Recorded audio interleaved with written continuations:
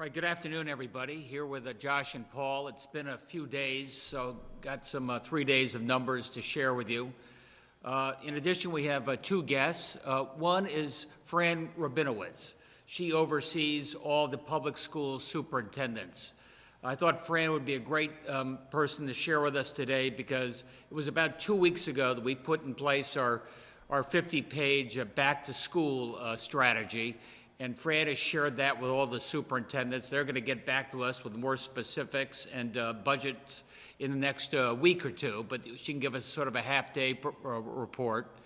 And backed by popular demand is Dr. Carter, Matt Carter. Matt, as you know, is the chief epidemiologist for the state of Connecticut, and science sometimes gets the back of the hand in Washington, D.C., but not in Hartford. We're trying to lead with our scientists. Matt's going to give you an update on where he thinks we are today.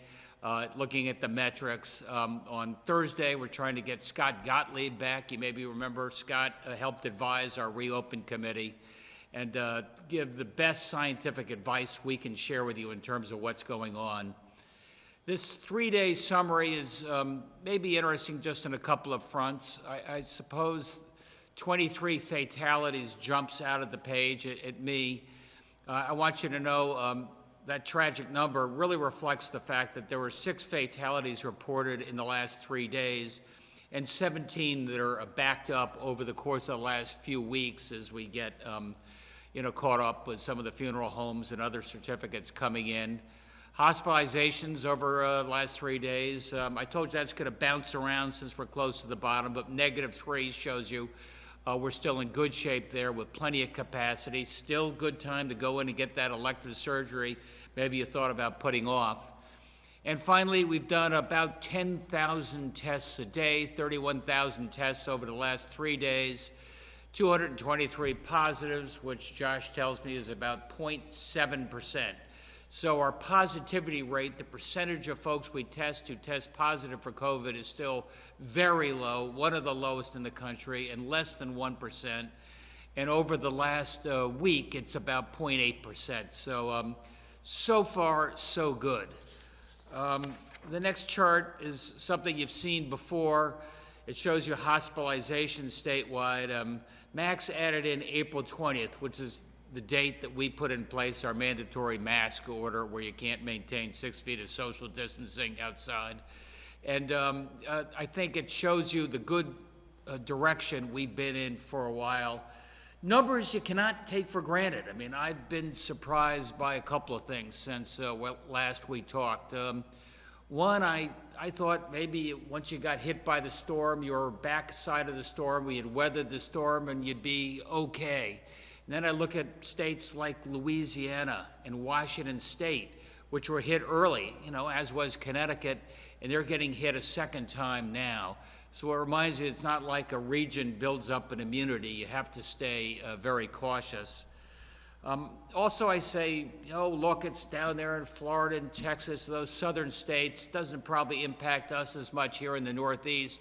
We've been good. Well, watch out. I mean, Delaware is spiked up quite a bit. Pittsburgh is spiking up now. This is not hardly, the Northeast region, but it does show you still have pockets where you have to be extraordinarily careful. And because of that, working with New York, we decided to toughen up our quarantine from those highly infected states. It's worth noting that, air travel from, say, Florida and Texas and Arizona and another dozen states is down 70% since COVID. It's down another 50% since we put in place our quarantine. So I think that's having a good effect. That's obviously Bradley here, as well as JFK and LaGuardia and Newark Airport. But working with New York, we're going to be announcing a strong certification policy as well, so that when you're on that plane, you have to certify. We know where you're coming from, but where you're going to be staying, how you're going to be quarantining, who you are traveling with, and you'll be filling out that form and giving it to us, when you land. If we find somebody's tested positive on the flight or otherwise, makes it easier for us to track and trace and make sure that we keep an eye on things. This is another good time, continuing time to be cautious. I guess it's worth noting on the good news front, New York City had 0 fatalities in the last couple of days, last day anyway. That's extraordinary considering where New York City was just 3 months ago. I did notice that Disney World in Orlando opened with great pomp and circumstance this weekend. At the same time, ironically, Hong Kong Disneyland closed down. So it's a map that's moving back and forth, which we're tracking very carefully. And the next chart I'll leave you with before introducing Fran is just a reminder that things change. And California, which was one of the first states, and they put in place some pretty strict protocols and took them seriously. And just today, Governor Gavin Newsom announced that in most counties, they're going to be turning back the clock on in-store dining and movies, and a lot of what we had as part of our phase 3 just about a month ago. And also you see here Los Angeles and San Diego schools to go online only this fall, despite heavy pressure coming from the Trump administration. With that, I say that because we still have very low metrics compared to San Diego and LA and most of these other states.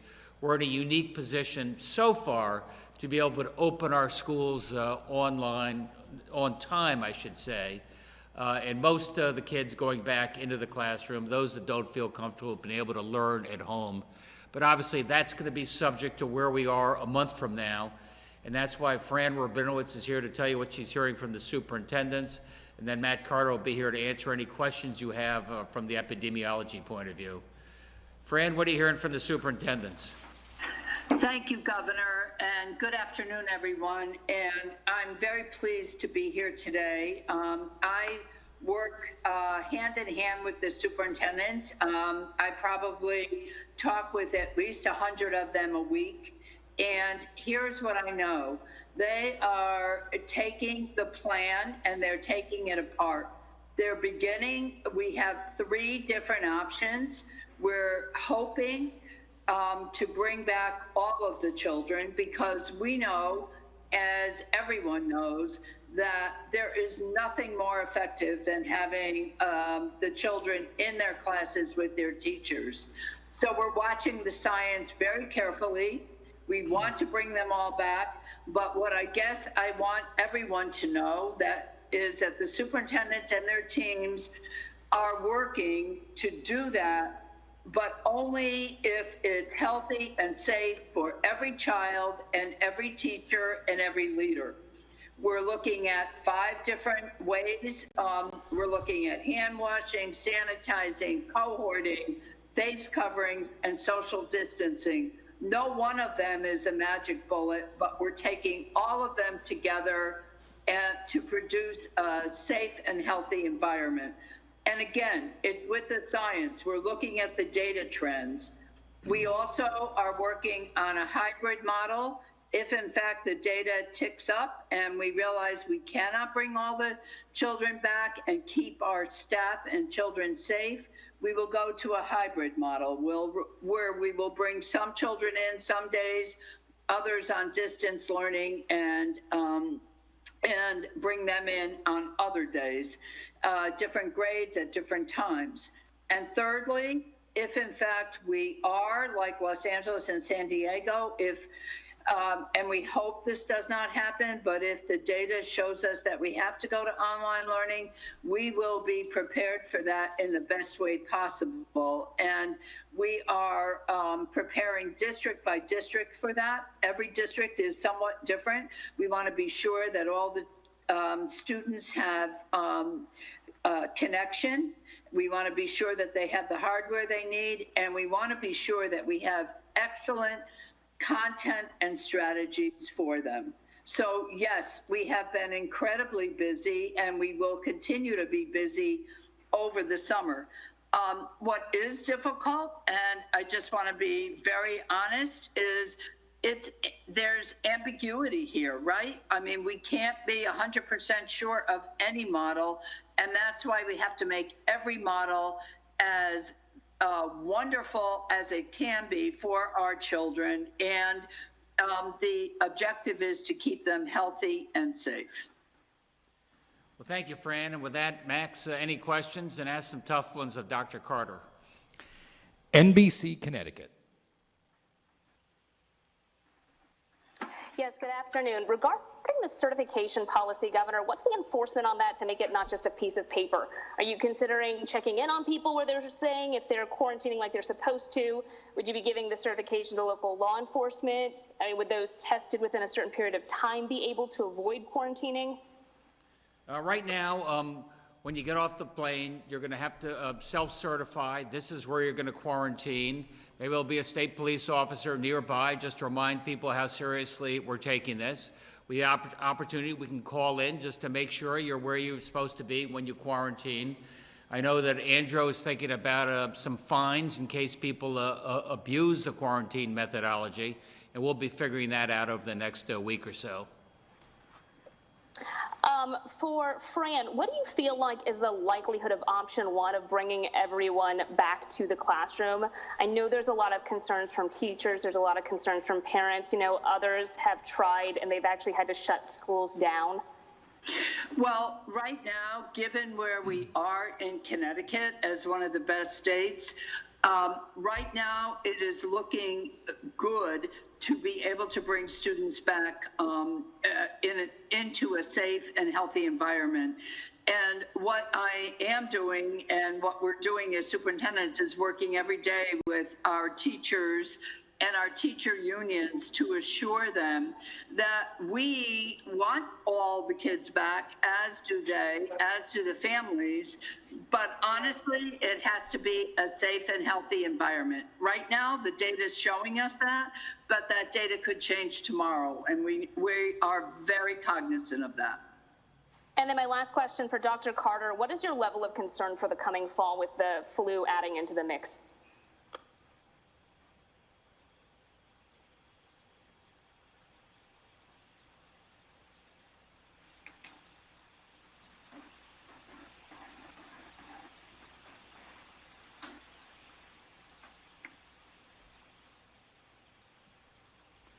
We appear to have lost Dr. Carter. He'll be back shortly.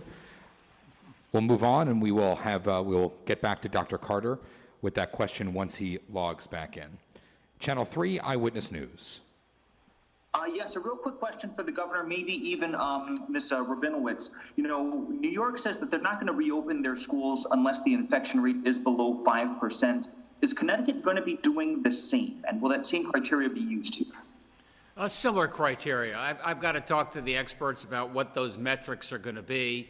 I think New York decided they're not going to give any guidance until August when they see what the numbers are. You know, I think Miguel and Fran and our team decided, look, assuming we keep our numbers in a good place, this is what you should count on in terms of in-school opening in the fall. And is there a plan, if needed, going to the travel quarantine, is there a plan to maybe track out-of-state drivers coming in?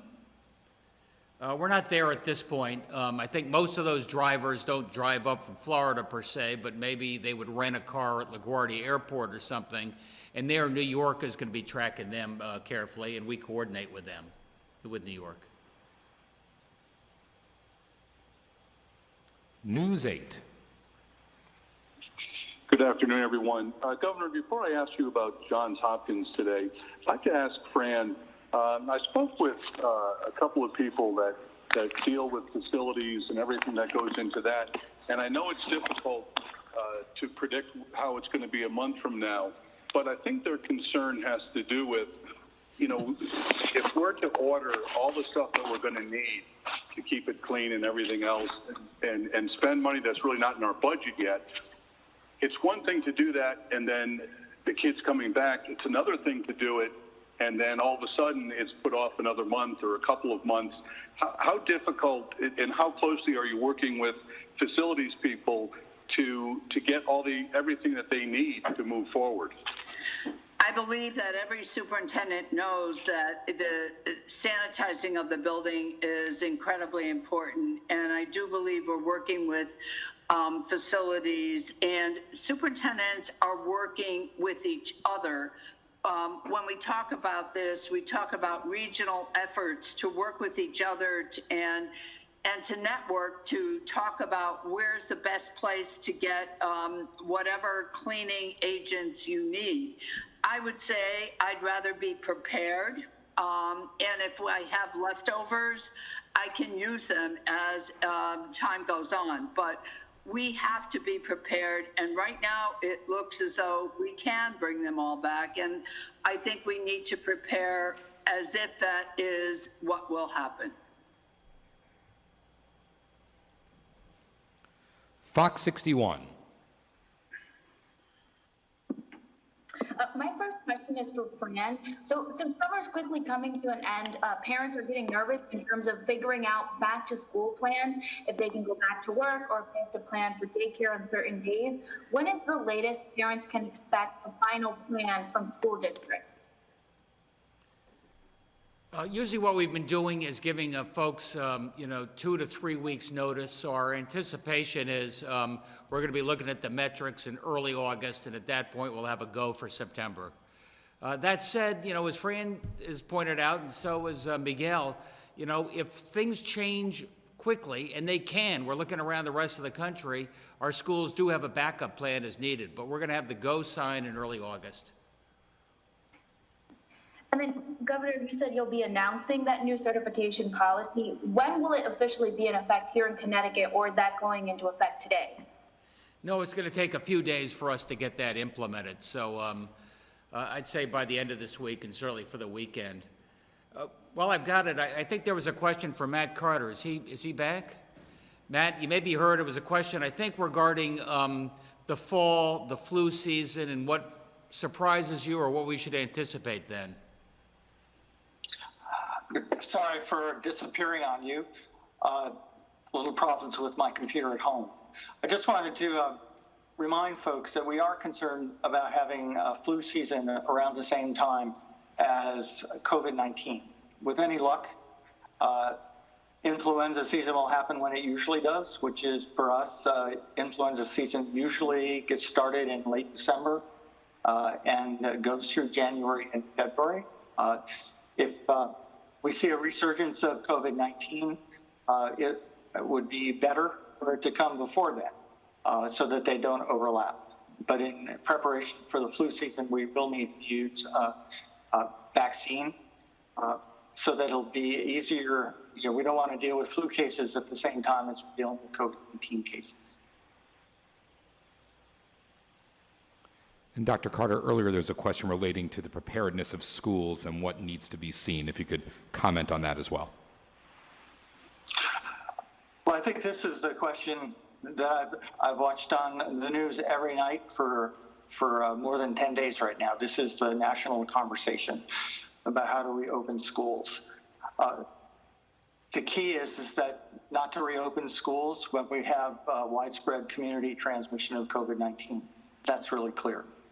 How to determine when that happens? One of the best measures for that is to look at the percentage of tests that are positive for COVID-19. Governor mentioned that currently we're seeing less than 1% of the tests are positive here in Connecticut. In parts of Florida right now, the percentage of positive tests is over 20%. We've been there before. We don't want to go back there again. But that's probably one of the best measures of if we're running into trouble. And if the percent positivity goes above 5%, that is very concerning.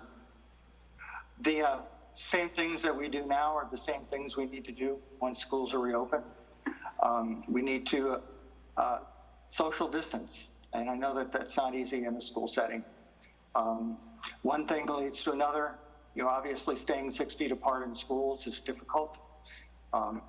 And so the answer to having desks closer together, 3 feet apart, is the need to wear face coverings. If everybody was 6 feet apart, we probably wouldn't have to do that. So each thing leads to another in this case. Hand washing, obviously, and ventilation will be really important as well. And so that can vary from school to school. But clearly, we've all learned that outdoor activities are safer than indoor activities. And being inside for school is not an easy task. And we're all concerned about what happens when the weather gets colder and we're not able to, all of us are not able to spend as much time outdoors as we currently are. WTIC 1080 News. Good afternoon. Dr. Carter, based on your research early on, you said there might be 100 cases for every single known case. So now we have 48,000 known cases. What's your best estimate on what we might have in reality? Well, it assumes that the reality today is the same as the reality back in February when I said that outside the governor's mansion at a press conference. At that point in time, very little testing was being done and available in Connecticut or anywhere in the United States for that matter. And so when we were able to confirm a case, it was quite likely that there was at least 100 people who were infected. Now that we have many more, testing is much more widely available. The current estimate, and this is consistent with CDC guidelines, is that we probably have 10 people who are infected for every case that's confirmed. And the reason for this is because testing is much more widely available now. And if you think about it, we have about 500 new cases a week. So what that means is around 5,000 new infections probably every week. And I'd like to point out to folks that if you had said this to me back in March and April, that we'd be seeing this level of transmission in July, I would have said, I hope not. Because at that time we were thinking, I mean, the only pandemic we had any experience with was influenza. And influenza pandemics come in waves and disappear in the summer when it's warm. And that did not happen with COVID-19. This virus is not influenza. And we're seeing levels of transmission which are higher than what we had hoped for. It turned out that the influenza model was not the right one. It was the only one we had, however, to judge by. So in answer to your question, it's right now we're assuming 10 to 1, which is also consistent with national recommendations. So for every confirmed case, there's probably 10 people who are infected. So 48,000 is an estimated 480,000, which is 1 out of every 5-6 people in the state. Well, remember, right now, what's important is who's infected now, not how many people have been infected. The only way to determine that is to do what's called a seroprevalence study. And if you recall, a couple of weeks ago, we talked about the CDC study that estimated that around 8% of our population has already been infected with COVID-19, with this virus. So that's where we are overall. But right now, when you see that we have 100 new cases in a week, you can assume that, or 100 new cases in a day, that there's probably 10 times that many. Thank you. You're welcome. The Associated Press. Thanks, Max. Good afternoon, everyone. Dr. Carter, I was wondering if you could continue on with that a little bit. What are your thoughts about what we can expect for a second wave? When might it happen, and how bad might it be? Well, what's been happening recently, there's lots of discussion going on about whether or not it's even appropriate to talk about waves anymore. Waves was a concept from influenza pandemics. And it may well be that we have ongoing transmission all through the year. Some parts of the United States, it'll be low like it is in Connecticut right now, and other parts of the country, it may be surging. And so we may not see distinct waves. Clearly the southern states and the western states, this looks like it's all part of one single wave, although from their perspective, it looks like a small wave in the spring and then a much larger resurgence. I think it's probably better to stop thinking about waves, and it is likely that we will see a resurgence. Exactly when, none of us can predict, but we are trying to figure out better ways to know when it's about to happen so that we can implement control measures. And do you expect the resurgence to be anywhere near what it's been already here in Connecticut? We've learned so much since over the last months. But remember that only less than 5% of our population have already had the infection. And this virus is just interested in infecting people. And there's a lot more of us who haven't been infected. I think clearly our goal, and the reason why social distancing is so important, and this is not the time to relax at all, is to try to blunt the resurgence when it occurs. We know what works. We know that social distancing, staying home if you can, and if you can't, to wear masks. Try to, especially during the summer months, be outdoors, outdoor activities. Avoid congregate settings indoors, large groups of people indoors. And if we continue to do that, it would, I think, go a long ways in terms of blunting a resurgence. I don't expect us to go down to zero and stay there for a little while. I expect us to have, right now, if you've noticed, we've averaged around 70 to 80 hospitalizations a day, people in hospital a day. Our case numbers have stayed about the same, sort of 80 to 100 new cases a day. I think it's going to stay that way and until it starts to go up. Whether it goes up sharply or gradually is really up to us and what we do. And Governor, thank you for that, Doctor. Governor, I've been told that some testing sites and doctors who use commercial labs like Quest for the PCR diagnostic COVID tests, they're experiencing really lengthy processing delays, like about 2 weeks. I was wondering if you were aware of this, and should people who want to get timely results, should they be going to local labs instead of these commercial ones? Yeah, I am aware of that, Sue. Quest has been overloaded. They've got some long lead times for those that use them. We have a contract with Quest, as you know, but we also work mainly with a lot of local labs here in the state. So probably over time, we're going to prioritize that which we can control. We'll have a lot faster turnaround on all that testing, and then perhaps we can spread that to some of the primary care folks as well. What should people do in the meantime if they want to get a test quickly and it's accurate? Want to start with that?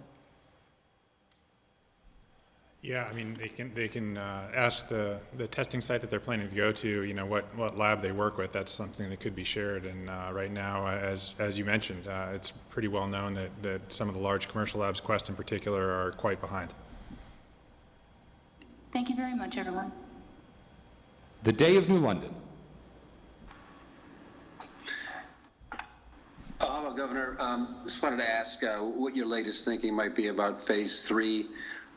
Any thoughts about the bars, the inside dining and whatnot, a date for that yet? No, I think we'll probably give some guidance in early August along the same time that we're talking about the schools.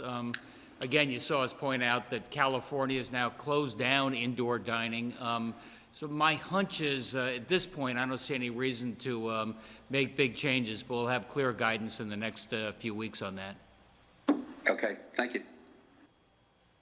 CT News Junkie.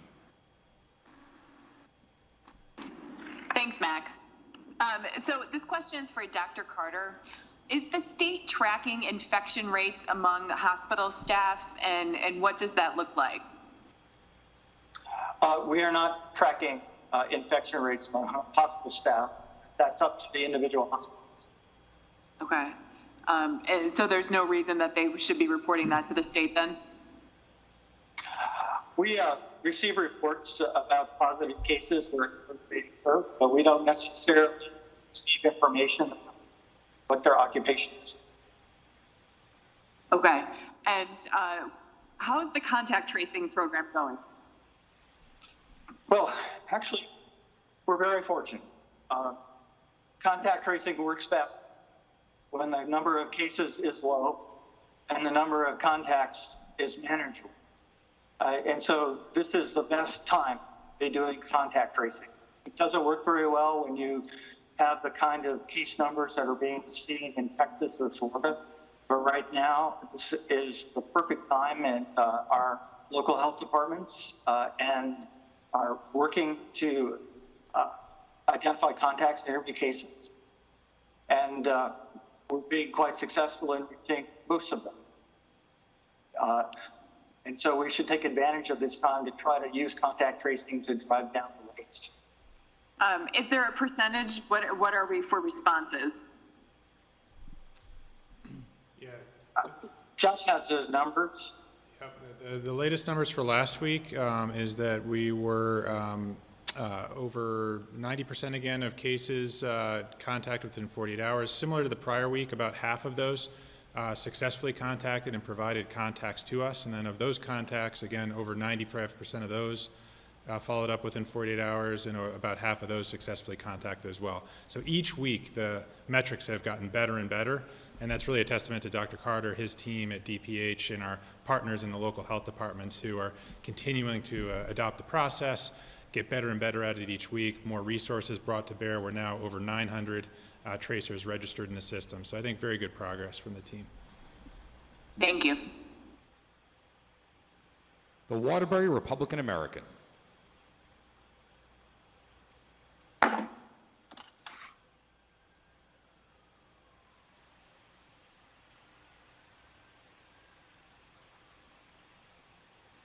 The Waterbury Republican American. Well, I'm sorry. This is for Dr. Carter. We've been getting some reader questions about the definition of a confirmed death versus a probable death. I know some of the guidelines has changed over the last several weeks or months. Perhaps you could give us a refresher. Sure. A confirmed death is somebody who passed away and who had, around the time of death, had a positive test for COVID-19 virus, SARS-CoV virus. And what we found, not just in Connecticut, but nationally as well, is back in April, as you know, there were so many deaths that occurred that, and many of those, for example, in long-term care facilities, and involving people who had symptoms and illness consistent with COVID-19, but were not, for whatever reasons, were not tested.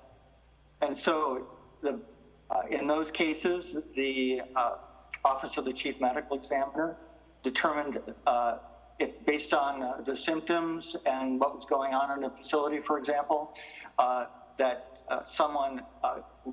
a death could be considered a probable death due to COVID-19. And so clearly, this was necessary because if we just counted on laboratory confirmations, we would have missed many of the deaths that occurred that probably were related to COVID-19, but involved people who were never tested for the virus. Thank you. I believe this might be a question for Josh. CVS says it stopped doing rapid testing at its New Haven site at the end of June.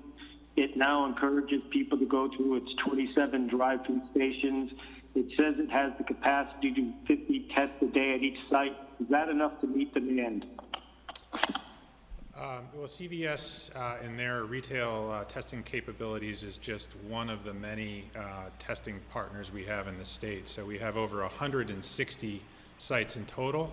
So CVS is just one piece of the puzzle, an important one, and we greatly appreciate their support. But if anyone has symptoms or needs to get tested, we'd recommend, as always, they either call 211 or go on the 211 website, punch in your zip code, and with so many testing sites around the country, you'll be very easily find one close to you. And I'd like to follow up with the governor on the question about car travelers, because it's just not people from Florida. There are many people in Connecticut who have places in South Carolina and in North Carolina. Why aren't we taking a look at car travelers, or is it just too difficult to or too large a group to get our arms around? I don't know if it's too large a group, but we certainly sent the message loud and clear that if you're coming back to the state from one of those highly infected areas, you must quarantine. We're not tracking down every out-of-state license plate, though. You're right about that. And why not? I think our priority is going to be certainly in the airlines, easier to track. We know the group of people as they're coming in. I think that's where you're going to get the most bang for the buck. Okay, thank you very much. The Hartford Current. Hi, Governor. Would you mind talking a little bit more about your consideration in whether to impose fines or some other kind of punishment on people who don't quarantine? You kind of hinted that maybe you were thinking about that. What are your thoughts there?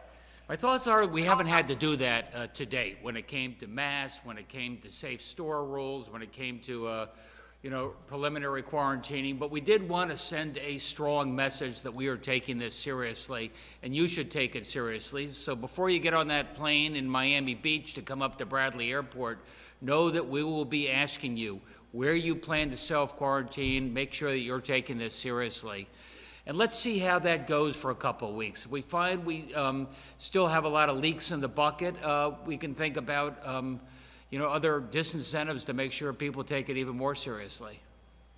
Got it. And Dr. Carter, it's good to see you. I wanted to clarify something that you said. You said that only 5% of the state has had COVID, if I heard you right. But if we have 10 infections for every positive case, then that would seem to be a lot more than 5% of the state. So could you just kind of clarify what that number might be, what our best guess is? Oh, I still think it's 5% of the state. What I'm saying is right now, I think we should assume that for every new case of COVID-19 that's reported to us, there's another 10 people who are infected. But if it... I'm not applying 10 to the whole denominator of the total number of cases. But previously, for every one case that was reported, it was even more than 10 who were infected, right, when testing was lower? That's correct. But so that would seem to me, but maybe I'm wrong, but that would seem to add up to more than 5%, but you don't think so? Well, 10% of the population is a lot of people. 5%. And so I'd be happy to talk more about the numbers. In different forum. But if you recall, 10 is the number that's currently being used by the federal government for the ratio between infected to reported cases. Mm-hmm. I have one more question for you. There's a lot of talk about whether college sports should go on this fall, and I'm wondering if you have any thoughts about the risks of bringing a sports team together and having it travel all around, and what you would say to an athletic director or to a college sports executive who's trying to make that decision. Well, I'd like to remind folks that you're asking a question of an epidemiologist, and epidemiologists never use the word safe, ever. We can say that something is safer, and that's our goal, is to try to make, for example, schools as safe as possible. But for most folks, being safe means zero risk. And we're in the middle of a pandemic, and there is no way that we can make the risk zero.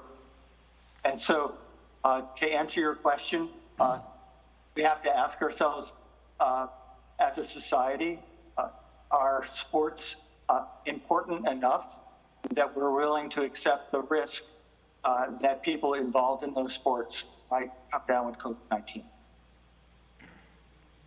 Thank you. Hearst, Connecticut Media.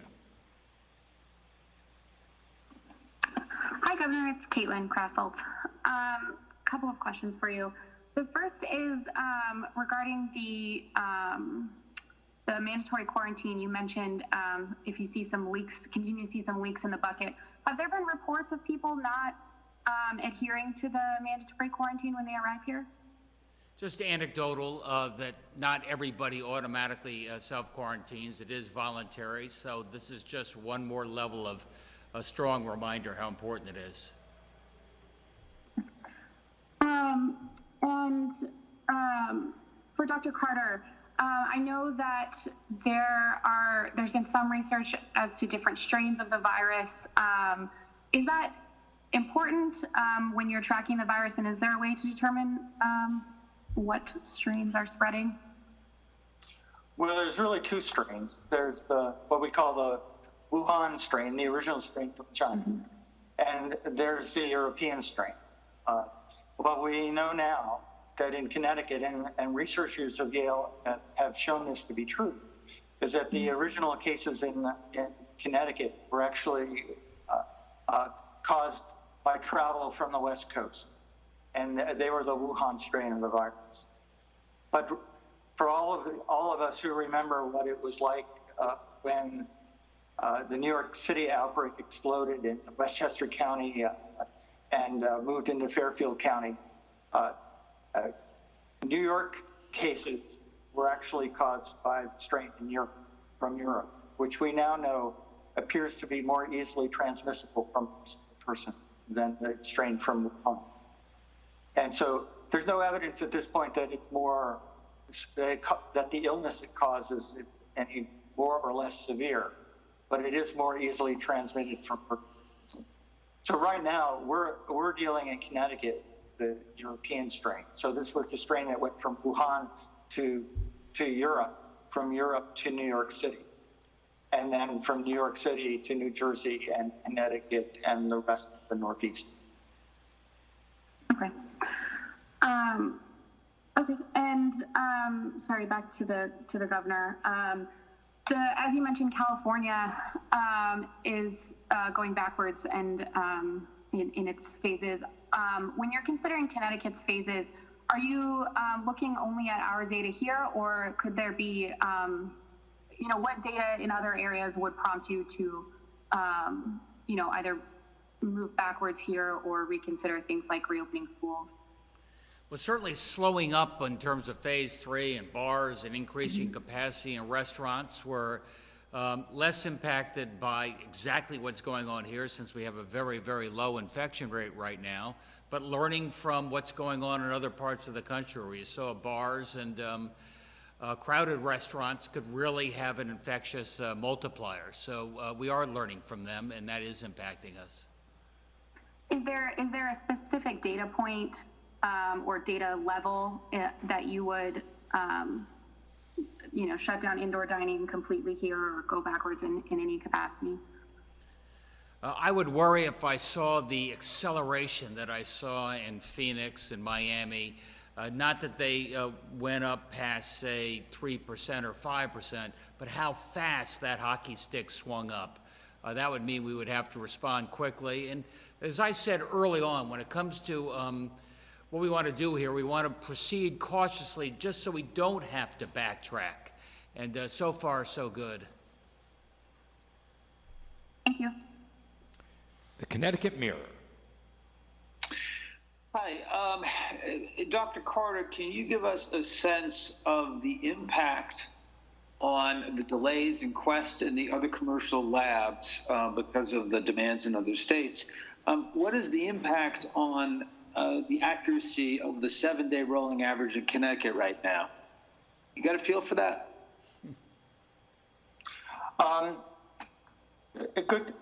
It's a good question. We are talking about this earlier today. The majority of the laboratory tests that we receive, the results we receive, are from Quest. And one of the things that we're in the process of doing is trying to shift testing over to the other contract labs that the state has. The contract labs are all in state and don't involve sending specimens out to Quest, which Quest is dealing with a national testing shortage. I think this is a bigger issue. I understand the question about seven-day rolling average. We'll look into it. I don't have an exact answer to your question, but there's probably some effect. I think this is a bigger issue across the way for all of us, is whether or not we're going to continue to be able to do as many tests as we want here in Connecticut, because it is clear that there are strains on the supply chain for test kits and test agents that are going to affect the entire country. And what does that do to the contact tracing? I guess that's an obvious enough follow-up. Well, right now, we're doing, we're checking with our contract labs, and at the state lab, we're doing an inventory to see how many days of testing we have available with resources that are on hand. I can say that we're good for the next month or so, at least at the State Public Health Laboratory. Part of the issue is that there are so many parts to testing. If you remember back in March and April, that a shortage of any single piece of necessary reagents could cause the whole chain to come to a halt. So we'll have a better idea once we finish our tour with the other contract labs. And you said Quest does the majority of the testing here. What is your sense as to how long does it take for the majority of those tests that Quest does? Right now, we actually trying to remember the data from a presentation I saw this morning. We're not seeing the same kind of delays that are being seen in other parts of the country yet with Quest. Overall, we're still getting results back into our contact tracing system after between 2 and 3 days, and that includes Quest. Yeah, I think it's important to note that our state contract with Quest that was negotiated very skillfully by the comptroller Lembo prioritizes Connecticut samples in the top tier, which require rapid turnaround. Quest is, as they've grown increasingly overwhelmed, been looking for states like us to provide them some relief on that, and that's why we're looking to redirect. So I think at this point in time, I think the impact on turnaround times for the state of Connecticut, and particularly the testing done through our state contract, is minimal. But it's really anticipating what could come next that we're trying to respond to. Okay, final question for Fran. What are the superintendents telling you as far as a hard date that they're going to need to have as far as direction on, do they plan on a hybrid situation or everybody comes back? I believe that while they're planning for the 3 models, I believe the governor spoke about an early August date. I think that would be fair to not just the superintendents, but the families as well, in order to make plans for opening at the end of August, however we open. Thank you, everybody.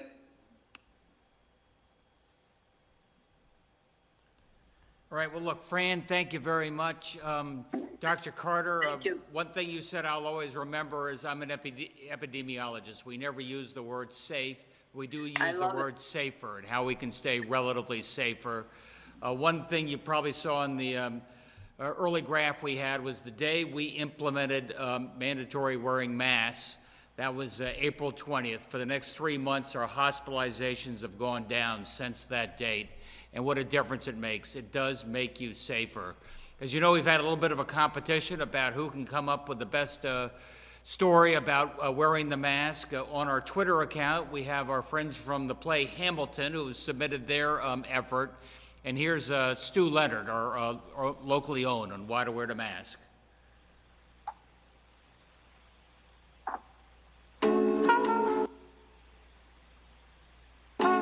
People are always asking, Stu, do I really need to wear a mask to the grocery store? Everyone should wear a mask. That way we reduce the spread of the virus, protect our store workers, and keep getting you everything from fresh produce to apple cider donut holes and banana bread. We've seen you try to make your own banana bread.